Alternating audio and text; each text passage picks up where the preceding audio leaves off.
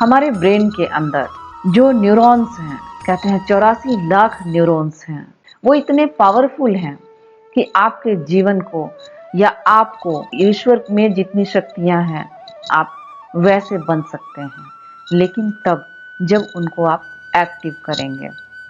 वो एक्टिव करने के लिए आपको अपने सबकॉन्शियस माइंड को एक्टिव करना होगा। आपका सबकॉन्शियस माइंड जब एक्टिव होने लगेगा, अपने न्यूरॉन्स को जब आप एक्टिव करने लगेंगे, आप स्वयं पाएंगे कि आपके अंदर एक ऐसी शक्ति जागृत हो रही है जो आपको औरों से या एक भीड़ से आपको अलग बनाती है। आपके अंदर की यूनिकनेस जो है वो जागृत होती है।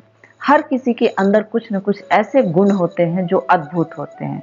ईश्वर ने हर इंसान के अंदर एक अलग सा गुण डाल करके भेजा है और भेजते हैं, और ये उनके ऊपर उत्तरदायित्व देते हैं कि आप इन गुणों को जागृत करके अपने आप को सफल बनाएंगे और आप अपने गुणों के आधार पे इस संसार को भी परिवर्तित करने का प्रयास करेंगे।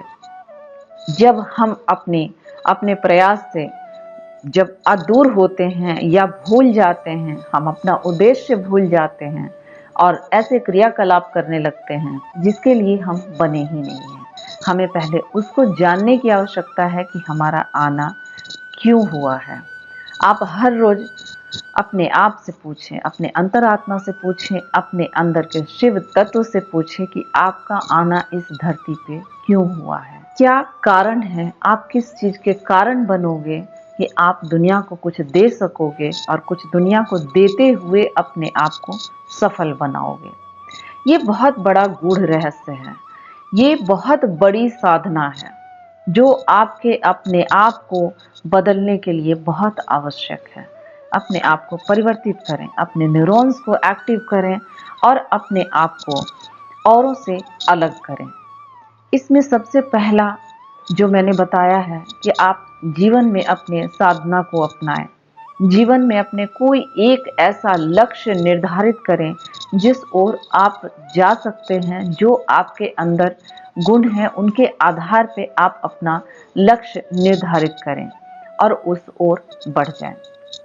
अब मैं आपको बताऊंगी इस साधना में, इस ओर बढ़ने में आपको क्या करना चाहिए। आपको समय का बहुत महत्व रखना चाहिए। जो हमारे पृथ्वी पर जो हमारे ग्रह हैं, नक्षत्र हैं, उनका बहुत ध्यान रखना चाहिए। कहीं न कहीं सूर्य, चंद्रमा, मंगल, बृहस्पति, ये सारी चीजें हमारे जीवन में बहुत महत्व रखते हैं। इनके आधार पर यदि इनके वैल्यू को, इनके समय के चक्र को यदि हम समझकर अपने क्रियाकलाप को और अपने साधना को, साधना का मतलब ये कतई नहीं है कि आप साध्वी बन जाए या साधु बन जाए। आप अपने नॉर्मल जीवन में रहते हुए अपने आप को साधक बना सकते हैं। इन नक्षत्रों को, इन ग्रहों के आधार पे अपने आप को साधित करें। समय दीपावली का है। दीपावली का समय साल में एक बार आता है। कहीं न कहीं ये बहुत महत्वपूर्ण है। यही वजह है कि ये साल में एक बार आता है।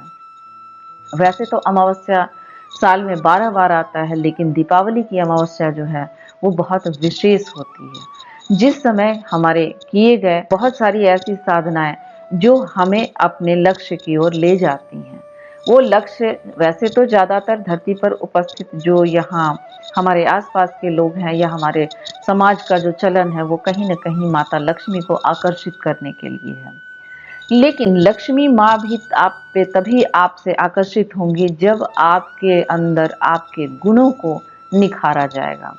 माता लक्ष्मी भी उन्हीं की ओर जाती हैं जो स्वयं को पहचानता है और स्वयं के महत्व को समझता है। अपने लक्ष्यों को निर्धारित कर उन लक्ष्यों पर बखूबी चलने की क्षमता रखता है। माता लक्ष्मी भी उन्हीं की ओर आकर्षित होती हैं।